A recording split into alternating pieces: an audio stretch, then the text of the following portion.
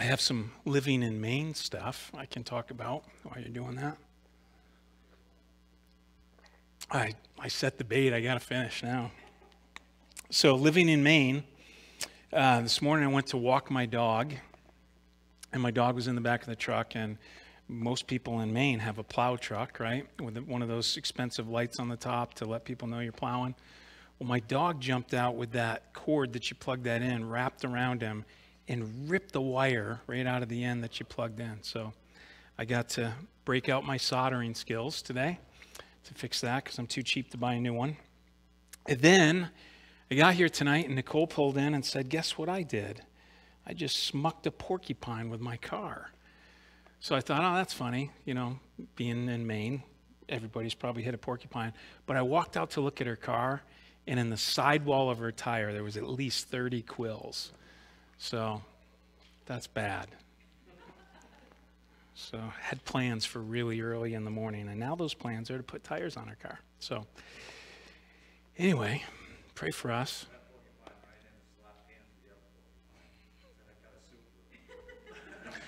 That's probably true. Probably true. So let's pray, and I'll try to rid my mind of all that stuff, and we'll get on with the book of Daniel. Father, we're grateful for the opportunity to gather. We're grateful for this book, that we don't have to walk through this world blind, Lord, but you give us truth, and you give us understanding of even the end times, Lord. So as we approach these things, we don't have to walk in fear. And we don't have to walk in ignorance, Lord, but we can know what's to come, and that gives us peace while we're in it. So, Lord, would you speak as you always do through your word, bring it to life, Lord, in a way that we can understand. We pray in Jesus' name, amen.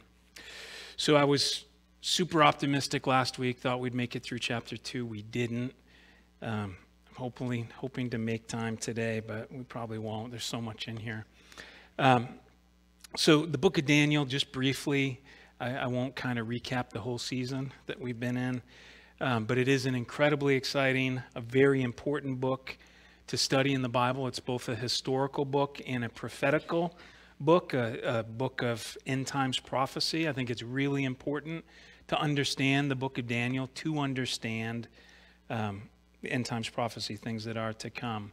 The Bible doesn't have a single volume or a book called prophecy, or this is all the stuff that happens at the end, you know. So I just want to encourage you guys. Some of you I know have a real interest in that, and to be patient as you study it, as you go through, because like I said, it's not all found in one place. There's prophecy throughout the entirety of the Old Testament. There's prophecy in the book of Isaiah. There's prophecy in Daniel. There's prophecy in the Psalms, and in New Testament in the book of Matthew, 1st and 2nd Thessalonians, Revelation. So it takes a while to, you know, dig into all that and put it together. So again, I won't do a full recap of everything that we've done in Daniel, but in the first chapter, something that stands out as important to me, remember that Daniel was a young Hebrew teen, and he was taken captive into this pagan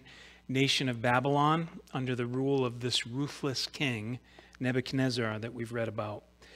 And he was recruited into this 3-year program that was essentially a boot camp on how to become a leader in Babylon. And things were very, very different in this new land than the land where he had come from, the area around Jerusalem. The gods that they followed there wasn't the God that Daniel followed. And the reputation that King Nebuchadnezzar had, many people could understand or even justify a bit of compromise in your walk. But Daniel didn't do that. He didn't compromise in the big things, and he didn't compromise in the small things. And as you learn more about this guy, you could see, even today, if we make it that far, a scene where it's like, well, how big a deal would it be if I just did this one thing? I mean, it'll take 10 minutes and be over. And I know several people that compromised for 10 minutes, and that it's changed their life forever. So even as we'll see tonight, these guys are in a situation where it literally could be saving their bacon. Well, not these guys because they're kosher, but saving their lives by the decision that they make. One verse that we read in chapter 1 that stood out to me is verse 8, and it doesn't look like I have it. Why? All right. Let me check something. Okay. Well, verse 8 in chapter 1, you guys can turn back a page, says, "But Daniel purposed in his heart that he would not defile himself with the portion of the king's delicacies." But he purposed in his heart ahead of time. He made a decision that he wasn't going to compromise in that area.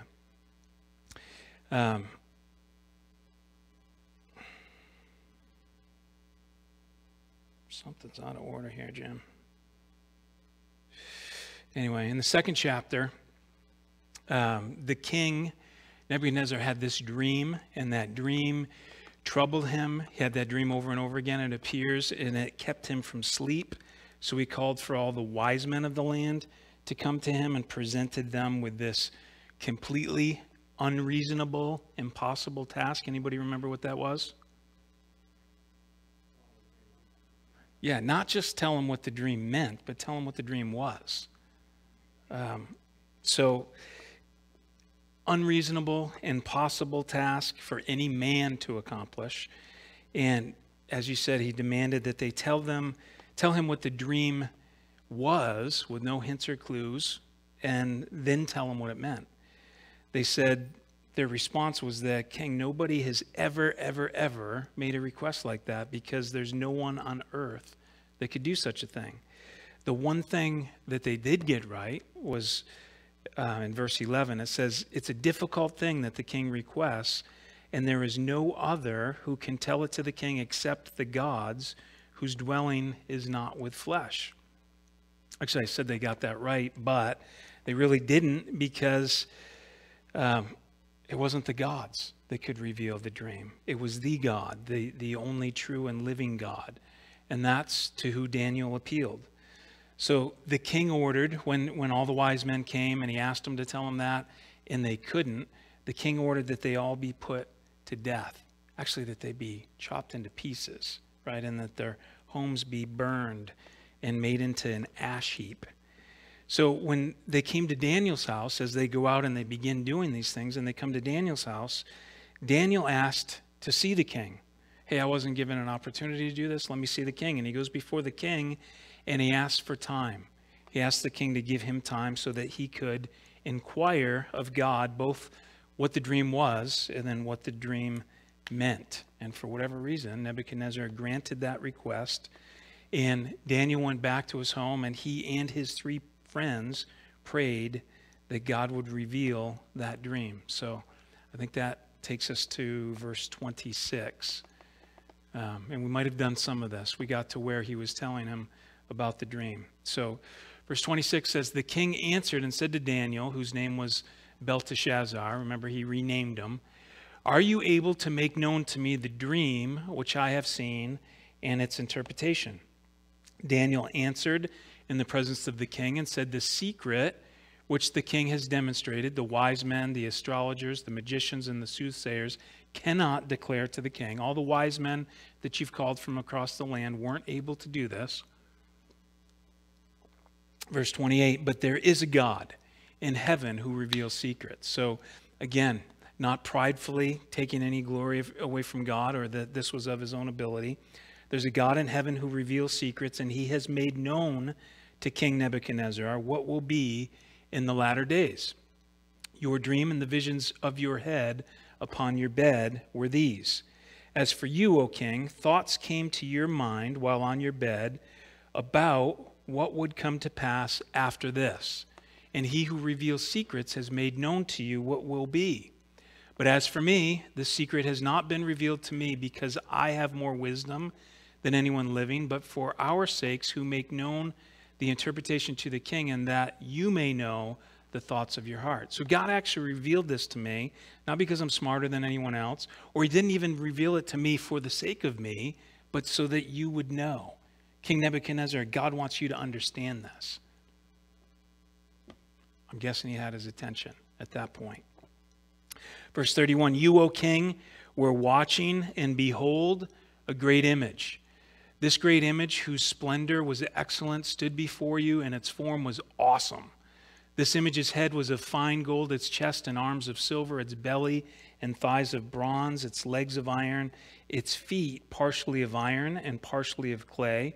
You watched while a stone was cut without hands, which struck the image on its feet of iron and clay and broke them in pieces. Then the iron, the clay, the bronze, the silver, and the gold were crushed together and became like chaff from the summer threshing floors. The wind carried them away so that no trace of them was found. And the stone that struck the image became a great mountain and filled the whole earth. This is an image. I know it's small, but you can kind of get that picture. The head was gold, then it transitions to silver, and then bronze, and then there's the legs of iron, and then the feet, you can kind of see that mixed pattern is a combination of iron and clay. And he goes on to say what this all means. Verse 36, this is the dream. Okay, I've told you what you dreamt. And again, he gets this revelation from God, and he immediately starts worshiping before he goes to the king, before he runs it by the king. And then he makes this pronouncement to the king, here was your dream, and then he says, this is the dream. He doesn't ask the king for confirmation. He doesn't, how'd I do? He had all the confidence of the Lord going into this. This is the dream. Now we will tell the interpretation of it before the king. Anybody notice something in the language there? What's that? Yeah, we. He's not one of the, a weirdo that speaks in the third person or any of that stuff. But he's not taking credit upon himself. And it's not just of God, but it's Nebuchadnezzar. This wasn't just me. This was revealed to. It was myself and my three friends that appealed before the Lord in prayer. So don't ever underestimate that ministry of prayer. I think it's probably the most important, or it's certainly one of the most important ministries that goes on at this church, the faithful ministry of prayer. So he says, we will tell you the interpretation of it before the king. Verse 37, you, O king, are a king of kings. For the God of heaven has given you a kingdom, power, strength, and glory. And whenever the children of men dwell, or wherever the children of men dwell, or the beasts of the field and the birds of heaven, he has given them into your hand and has made you ruler over them all. You are this head of gold. But after you shall rise another kingdom inferior to yours, then another, a third kingdom of bronze, which shall rule over all the earth. And the fourth kingdom shall be as strong as iron, inasmuch as iron breaks in pieces and shatters everything, and like iron that crushes, that kingdom will break in pieces and crush all the others. Whereas you saw the feet and toes partially of potter's clay and partially of iron, the kingdom shall be divided, yet the strength of iron shall be in it, just as you saw the iron mixed with ceramic clay. Verse 42. And as the toes of feet were partially of iron and partially of clay, so the kingdom shall be partially strong and partially fragile. As you saw iron mixed with ceramic clay, they will mingle with the seed of men, but they will not adhere to one another, just as iron does not mix with clay. And in the days of these kings, the God of heaven will set up a kingdom which shall never be destroyed, and the kingdom shall not be left to other people. It shall break in pieces and consume all these kingdoms, and it shall stand forever. Inasmuch as you saw that the stone was cut out of the mountain without hands, and that it broke in pieces, the iron, the bronze, the clay, the silver, and the gold, the great God has made known to the king what will come to pass after this. The dream is certain, and its interpretation is sure. You sense a level of confidence there as Daniel's laying this out before the king. So I'm going to disappoint you a little bit in the detail of this, okay? Because we see a picture of this in Daniel chapter 7 that is a lot more detailed. And it's a vision that God gives to Daniel like 40 years from this time of where we are in the book. And that one is really from God's perspective. This is from man's perspective. But just a couple things to note. And you may want to read through this a few times when you get home, because as I just read through it, maybe it makes sense, maybe it doesn't make sense. I think I've got, okay, this image again. You can see there's gold at the top. And what do we know about gold? Is it pure, or is it a dirty metal? It's pure, and it's valuable, and it's of these metals, it's certainly the most valuable. So the indication there is two things that are kind of cool is as things go down from the top, they do decrease in value, right? You've got gold at the top, and then you've got silver, then you've got bronze, and then you've got iron, and a mixture of iron and clay. So all of those things go down in value, and to some degree, certainly down in value, maybe in purity. But what else do we see? There's kind of a reversal on when you do iron work. Do you pound those pieces with a golden mallet? Why? Not just because you can't afford one, but why? It's soft. It's soft. It's not as strong as, what do you beat it with? Steel. Okay. So most sledgehammers are made out of steel or made out of iron. That's what we use to pound things and break things. But as you get down, there's a reduction in value, but there's an increase in strength in these materials as you go through it. Except when you get to the clay and the iron mixture, there's kind of a mixed strength there. It says you've got some iron and you've got some clay, but the strength of the iron is in it. So kind of the picture that we see, King Nebuchadnezzar's kingdom is linked to the gold because his kingdom, I mentioned last time, he was the most powerful ruler on the face of the earth at the time. And in his kingdom, it was an absolute monarchy. He was the boss and the one and only boss. It wasn't run by committee. He didn't have a war room. He was the boss. And as you go down that, it represents different kingdoms. As you go through history, you'll see that that kingdom was actually defeated. And the other thing is, that kingdom lasted, some people say 70 years. I think historically, if you look, depending upon where you look, it'll say 66 to 70 years. And then some of the other kingdoms that were represented were extremely strong and lasted a lot longer. So you go from the head of gold, which represented Babylon and King Nebuchadnezzar, and then the silver represented the Medo-Persian Empire. And so that was a combined empire. So the leadership was combined. It wasn't an absolute monarchy, and that's sort of the diminishing value of the rule. And then the bronze represented this. So that's why I say it's both a historical book and a prophetic book, because some of these empires have already come, right? So after the Medes and Persians took over, then you've got the Grecian Greek Empire, right? Who led that? Anybody remember? Alexander the Great, right? Alexander the Great, when he was, this was all when he was a young man. When he was like 20 years old, there's records of him crying and weeping because there was nowhere else left to conquer.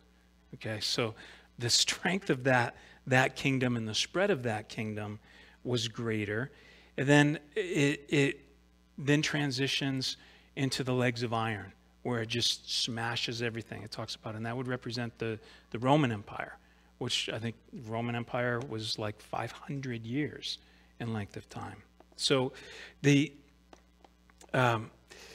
inferior as you go down that vision or that dream that he had, as far as a sense of the centralization of absolute power within those kingdoms. Again, Nebuchadnezzar had the greatest amount of power, and it was exceedingly less so as you go down. But they were larger to some degree. They lasted longer than Babylon did. I have some notes here. The Medo-Persian Empire lasted for 208 years, the Grecian Empire for 185 years, and the Roman Empire was nearly 500 years. And then who took over after that? Who would be the feet and toes? That's the prophecy part. It really is, because you look at that and you see 10 toes there, right? And you see this combination of ceramic clay, it says, and of iron. So there's strength there and there's some weakness. And we've seen different leaders and powers come along since then. The Huns, different times Islam, the Holy Roman Empire, Napoleon, Hitler. Anybody think of anyone else? Stalin? But never to the degree of Rome, or these other kingdoms. So, I could spend all night right there. So anyways, we'll get into it a lot more in chapter 7. But the idea, I believe, the prophetic picture of defeat are that it would be a united kingdom with 10 leaders, individual areas. And that it would be, people talk about it as being a revision of the Roman Empire. So that last empire that will be in rule at the time Christ comes back will have come from there, and will be a mixture of strength and a mixture of weakness. So it would be a combined, an agreement of powers, probably the closest thing that we have today, or that many people would say could rise to that level, would be the European Union. I think now they've grown to 23 or something, so it would have to reduce down. But I mentioned in the opening prayer, even kind of knowing where things are going makes the present a little less terrifying. But when we look at that prophetically, I don't see really how the United States could fit that role. So anyways, I'll go into it a lot more in depth in chapter 7. Verse 46, I think, is where we are. Then King Nebuchadnezzar fell on his face, prostrate before Daniel. What little bit we know about this guy, that was not something that he ever did. But he bows down. He falls on his face before Daniel and commanded that they should present an offering and incense to him. And he just gave credit to God, just gave glory to God in this. And he,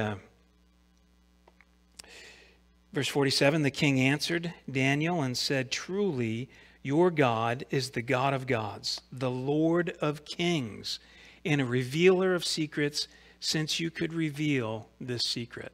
So now we've got Nebuchadnezzar acknowledging God, but he's still wrong. Right? Look what he says. Your God is the God of gods. He's not the God of gods. He's the only living, true God.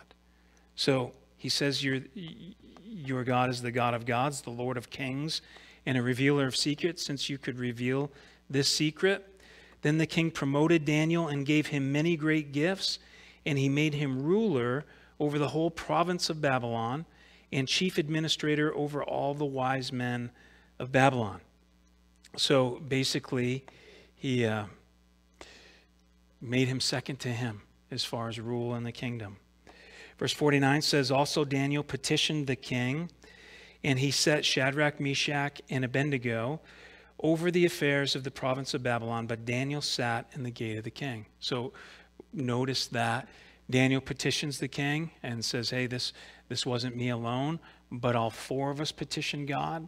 All four of us played a role in this. So they were appointed into positions of leadership over the province of Babylon.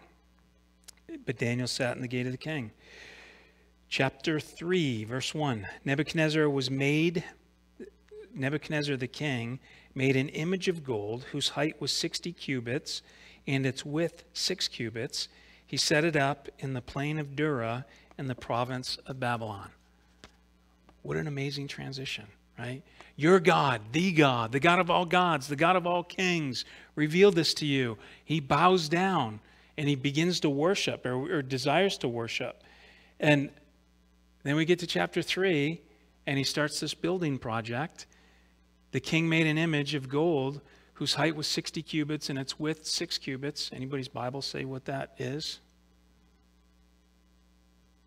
I think, I'm not a cubit expert, but I think it's like 90 feet tall and 9 feet wide. So that's proportionally, that's kind of weird proportion. So I don't know, we don't know if there was this big base. I see some of our construction engineers scratching their heads.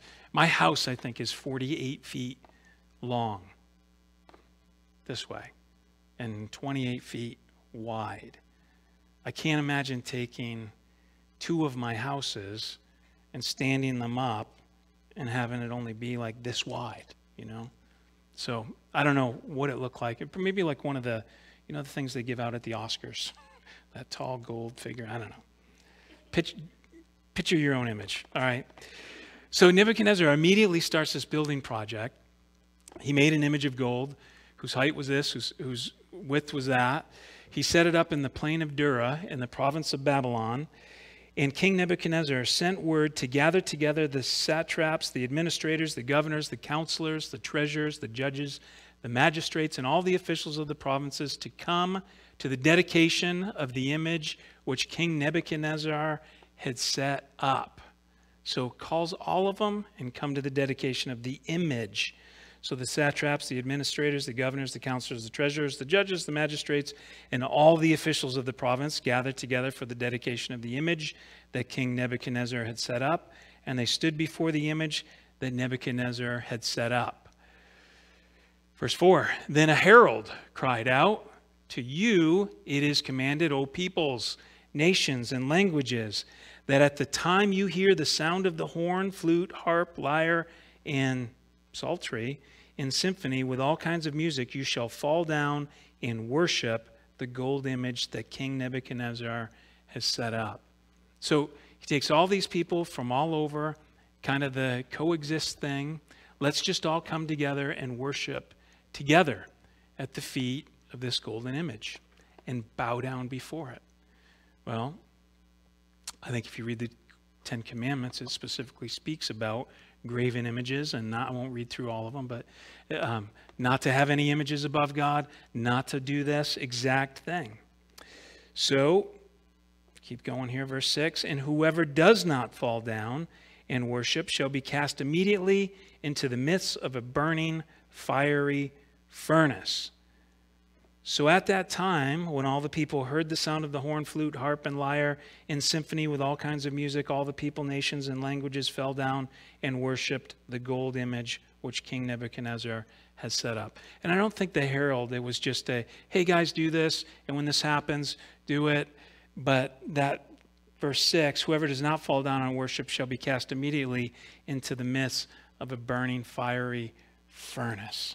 I think it was on display there and ready to go, ready to be fired up, or was fired up already. So what we have also implied in the scriptures, but not specifically written out right there, was that there were some that didn't bow.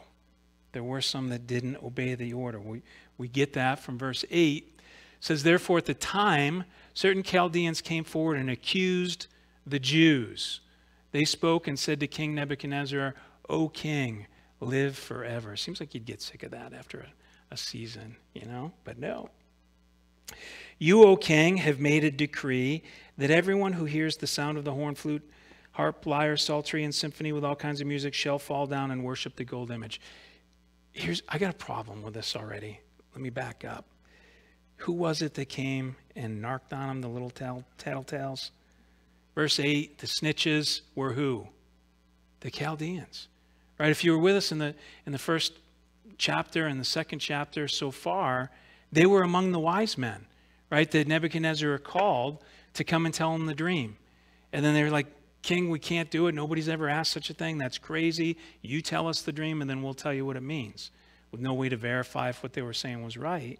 So he was wise in doing that. But the Chaldeans were of that group that he called. And when they couldn't do it, the order was made that they would be killed, that they would be cut into pieces and their homes would be made into ashes. And why didn't that happen to them? Because Daniel and these guys prayed to God and he revealed it the dream. So he told the king, and the killing stopped killing the wise men. So the only reason why they're alive is because of Daniel. So this worship service starts. They're ordered to all bow down, and certain ones don't. And these little weasels go and run right to the king, right? Therefore, at a certain time, Chaldeans came forward and accused the Jews.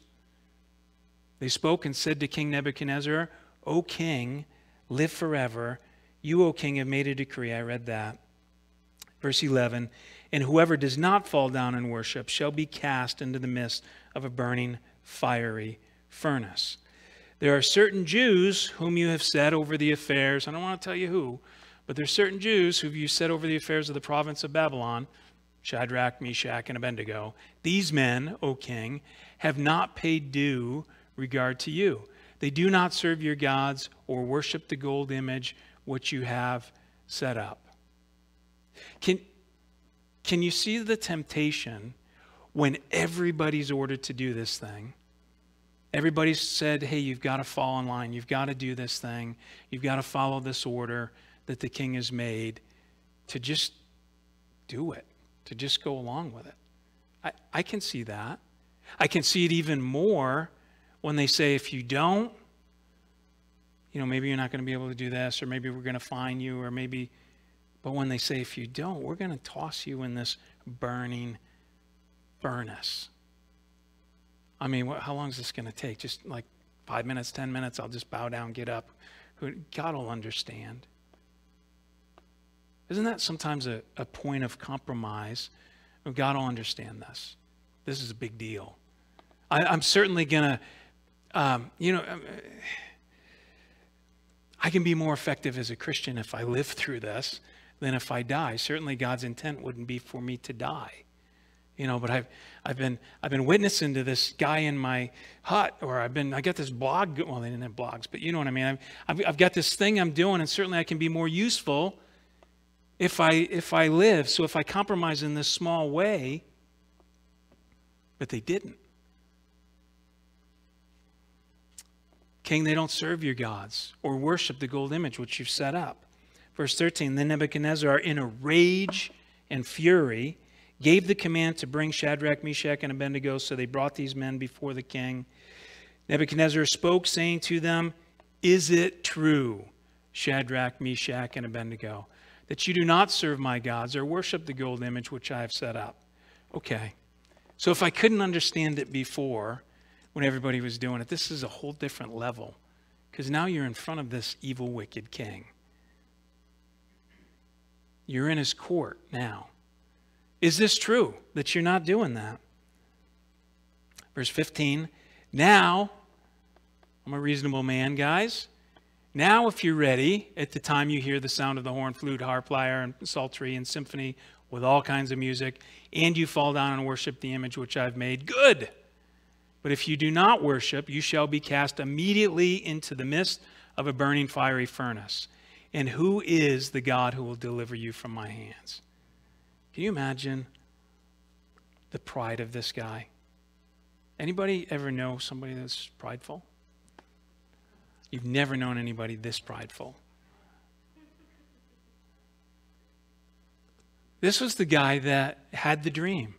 This was the guy that just bowed before Daniel, speaking these things of God. And he doesn't even say who's going to deliver you from my image or who's going to deliver you from the gods of Babylon.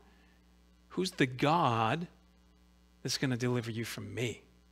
Right? Understand, this image was all blatant, not just disrespect, but disregard for the dream that Daniel said, God's revealing this to you because he wants you to know, Nebuchadnezzar. So Nebuchadnezzar looks at that dream, here's the interpretation. He's like, whoa, wait. There's a kingdom coming after me? I don't think so. I'm gonna rule and reign. Babylon's going to rule and reign until the end of time. So let me just redo this image in defiance of God. Let me redo that image, that dream that I had, and make the whole thing gold. All Nebuchadnezzar all the time. Who's going to rescue you from me? Right?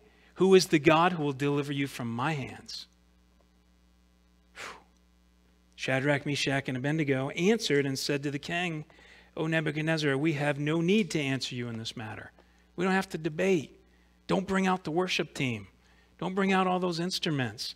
There's no need to have an argument or a discussion or even a debate on this thing, because back to chapter 1, they've determined in their heart they weren't going this way. They've committed ahead of time. That's not an option. Verse 17, if that's the case, our God, whom we serve, is able to deliver us from the burning fiery furnace, and he will deliver us from your hand, O king. Who? Who's going to deliver us from you? Our God. Our God can do this. He'll deliver us from your hand, O king. Check out verse 18, though. But if not, let it be known to you, O king, that we do not serve your gods, nor will we worship the gold image which you have set up. Now, some people really criticize these guys for this. My God will deliver us. He can do anything. He will, but maybe not. Like a Word of Faith church or those type of things. How many of you guys believe God is all powerful and God can do anything? Anybody ever been in a situation where you're in a trial, you're in a crisis, and you finally get to the point where you tap out and say, okay, this is out of my control, and you pray, and it's like, God, I know that you can do anything, but I just don't know if you will. Yeah. And then there's guilt and there's shame, and I don't have enough faith, and God's not going to do it because I don't have enough faith, and it's by faith that he does things, and doubt sets in, and condemnation sets in that isn't from him. Yeah, that's all we got time. No, I'm just kidding. I'm not going to leave it there. That's a powerful place to be. And I want you to see that, right? Because it says, we have no need to answer you. If that is the case, our God, if you're going to do this, king, verse 17, our God whom we serve is able to deliver us from the burning fiery furnace, and he will deliver us from your hand, O king. I don't know exactly what that's going to look like. We may go straight to heaven. But I want you to know, and I think this is the heart and intent of verse 18, but if not, I want you to know, if we do get tossed into that fiery furnace, because in their mind, I don't think there's any possibility of surviving that. There's no survival if I get thrown into a fiery furnace. There's no survival if I get this diagnosis or that diagnosis, or this happens or that happens. There's just no surviving that. That's kind of where they're at. But if it happens, if I get thrown in that pit, it's not because our God couldn't. Our God's got a plan. And something about us getting thrown in that pit must add up to me hearing, well done, good and faithful servant. I've been in a trial where it's like, okay, God, I believe you can. I just don't know if you will. And then maybe he doesn't, or he doesn't on my time schedule. And I know by his word that there's a reason for it and there's a purpose for it. And it's not for my bad, it's for my good. And I might not see it while I'm in it. I want to take a few minutes and get through some of this. I won't keep you too long, but this is important. Because, King, I don't want you to believe this for a second. Let it be known to you, O King, that we don't serve your gods, nor will we worship the gold image which you have set up. Then Nebuchadnezzar was full of fury. I can't imagine it. When you learn about this guy, he was full of fury, and the expression on his face changed. Can you imagine? I hope this is one of those scenes that we can see. His whole expression changed towards Shadrach, Meshach, and Abednego. He spoke and commanded that they heat the furnace 7 times more than it was usually heated. The language there is not like, it's 180, multiply it by 7 times, but it was like, multiply it, make it as crazy hot as you can. But even that, it's an example of how bitterness can make us blind. Because if you're a king and you want to make somebody suffer, are you going to crank the furnace up so it's over like that? I'm going to turn that baby down. Slow cook. Let this last, right? But he's so blind with rage, he's not even making sense. Heat that thing up 7 times more than it was usually heated. Verse 20, and he commanded certain mighty men of valor who were in his army to bind Shadrach, Meshach, and Abednego and cast them into the burning fiery furnace. Why couldn't they have been like the janitors? Why did they have to be mighty men of valor? They were going to do this. We'll see. Then these men were bound in their coats, their trousers, their turbans, and their other garments, and were cast into the midst of the burning fiery furnace. Therefore, because the king's command was urgent and the furnace exceedingly hot, the flame of the fire killed those men who took up Shadrach, Meshach, and Abednego. The guys that bound them, the guys that delivered them to the fiery furnace to pitch them in, the fire was so hot it roasted them. It killed them. Verse 23, these men, Shadrach, Meshach, and Abednego, fell down, bound. Again, it says they were bound. That word's in here a couple of times. Into the midst of the burning fiery furnace. You know, and you think, well, that's why he said, if this happens, my God can still do this, but we're not going to survive. I'm telling you, those poor kids, I don't know what she does. Verse 24, then they can come out if they want. This is good stuff. We're going to go for a couple minutes. Then King Nebuchadnezzar was astonished. He looks in, they fall down, they're bound, and he's astonished. And as he rose in haste and spoke, saying to his counselors, did we not cast 3 men bound into the midst of the fire? They answered and said to the king, true, O king, true dat, that's what you did. Verse 25, look, he answered, I see 4 men loose, walking in the midst of the fire, and they are not hurt, and the form of the 4th is like the Son of God. That is amazing. So he looks in and he sees 4 guys, 4 of them in there, and they're loose. They're no longer bound. So this is a Christophany, an appearance of Christ in the Old Testament. A theophany, a pre-incarnate appearance of Christ in the Old Testament. Just a couple more verses. Then Nebuchadnezzar went near the mouth of the burning fiery furnace, and he spoke. He speaks into these guys. Certainly he didn't get too close, right? Because the other guys were roasted. He speaks in saying, Shadrach, Meshach, and Abednego, servants of the Most High God. His language has changed. Who's going to save you? Of the servants of the Most High God, come out and come here. Then Shadrach, Meshach, and Abednego came from the midst of the fire. And the satraps, administrators, governors, and the king's counselors gathered together, and they saw these men on whose body the fire had no power. I want to say one more thing about the statement that they made. My God can do anything. My God can save us from this. My God will do this. But if he doesn't, that condemnation sometimes you get of lack of faith. I want you to see, I noticed this earlier, how God sees these guys, okay? Hebrews chapter 11 is known as what? The faith chapter, the hall of faith, it's called. And all of these people are listed in there, all these amazing things. By faith, Abraham obeyed, and he was called to go out to the place which he would receive an inheritance. By faith, Noah, being divinely warned of things not yet seen, moved with godly fear, prepared an ark for saving his household. If you flip all the way down to verse 32, it's actually 34 I want to look at, but we'll run into it here. And what more shall I say, verse 32, for the time would fail me to tell of Gideon and Barak and Samson and Jephthah, also of David and Samuel and the prophets, who through faith subdued kingdoms, worked righteousness, obtained promises, stopped the mouths of lions, quenched the violence of fire. Many people believe that, quenched the violence of fire, refers to these guys, Shadrach, Meshach, and Abednego, specifically, that they're in there, that God saw them as having faith, being faithful. That's a cool thing, comforting for me. 27, the satraps, administrators, governors, and the king's counselors gathered together. They saw these men on whose bodies the fire had no power. The hair of their head was not singed, nor were their garments affected. You can tell if there's hair singed, can't you? You guys, barbecue guys, you know, you go out to kick a burger and you burn all the hair off your upper body, and there's a stink when you come in, right? There's a smell to that. But the fire had no power, right? He saw the men on whose body the fire had no power. But what else did he see?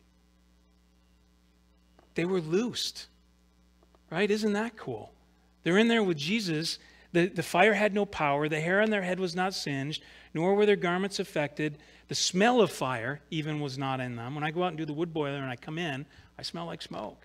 You sit around a campfire in Maine and you go home and it's in your hair and it's on your clothes. These guys are in this fiery furnace and there's no effect on them, no hair burned, not a hair singed, no smell of smoke. The only thing that happened is they were released from the things that bound them. Verse 28, Nebuchadnezzar spoke, saying, "Blessed be the God of Shadrach, Meshach, and Abednego, who sent his angel and delivered his servants who trusted in him, and they have frustrated." Check this out. Give me like 4 minutes. Can we do that? As we go through this text, another thing I want you to notice, there's no indication. There's the assumption, while they're in the fiery furnace, that they also see the fourth person. But there's nothing that tells us that they did. They're loosed and they're in there. They hear the king and they come out. And they're unbound. But it doesn't say, they didn't testify of anything. They didn't say of anything. They didn't say, "Hey, did you see that fourth guy in there?" Because sometimes when we're in the trial, sometimes some of you are in trials. And we look at you and you think, wow, I don't know how he's going to get through this. Another trial. Wow, another trial. How are they going to get through? And it's this. It's Jesus is with them in it. But I've been in trials that don't make sense to me. And I don't understand the purpose in it. And I don't see the value in it. I don't even see Jesus in it. Like, God, I don't know how this is for my good or even for your good. I'm just really struggling here. We don't always see it. They may not have seen it. It doesn't specifically say. I'm not trying to add to the scriptures. It's just something that kind of stood out. Nebuchadnezzar spoke, verse 28, saying, "Blessed be the God of Shadrach, Meshach, and Abednego." And we'll see next chapter. God gets really sick of him flip-flopping on this all the time. He's awesome. He's not. Who delivered his servants and trusted in him, and they have frustrated the king's word and yielded their bodies that they should not serve nor worship any god except their own. Understand, this is the testimony of Nebuchadnezzar. He's the one preaching this right here. This is his testimony. The God of Shadrach, Meshach, and Abednego sent his angel. He delivered his servants who trusted in him. They frustrated the king's word. He's talking about himself. They frustrated the king's word, yielded their bodies that they should not serve nor worship any god except their own. Therefore, I make a decree that any people, nation, or language which speaks anything amiss against the God of Shadrach, Meshach, and Abednego shall be cut in pieces. Their houses shall be made an ash heap. He likes that. Because there's no other God who can deliver like this. Then the king promoted Shadrach, Meshach, and Abednego in the province of Babylon. They didn't preach that sermon, but they did by their lives. Those words didn't come out of their mouths. And I think sometimes as Christians, we feel like, I got to do something. Everybody in my workplace has to know I'm a Christian. I got to wear the Jesus stuff. Or I'm on a Zoom meeting. I'm gonna break out in tongues or something so everyone knows. Or you do something weird. I'm not saying that's weird. In a Zoom meeting, yes. But I'm saying these guys made no statement to the king other than our God can do this. And then they acted in obedience. They did something that put them at risk, but God told them to do something and they obeyed. And that's the sermon that this king heard. That was the preaching, just their obedience. So we can do dramatic things to draw attention to ourselves and to draw attention to God, or we can just obey. Sometimes that's a bigger way. Sometimes we're asked to do things at work that compromise, or maybe is a gray area, maybe it's a clearly a red area. And you just can't do that thing because of your faith in God. And we ought to be able to say, our preaching ought to have started like the whole year before. That we can say, like these guys could say, "O king," or "O boss," 30 seconds. "O king," or "O boss, what makes me your best employee and your most hardworking employee is my faith. It's my belief in this thing, and this belief prohibits me from doing that, and your testimony up till then is going to preach a sermon like this to the king. All right. God bless you guys. Go get your kids. We're out. Whew.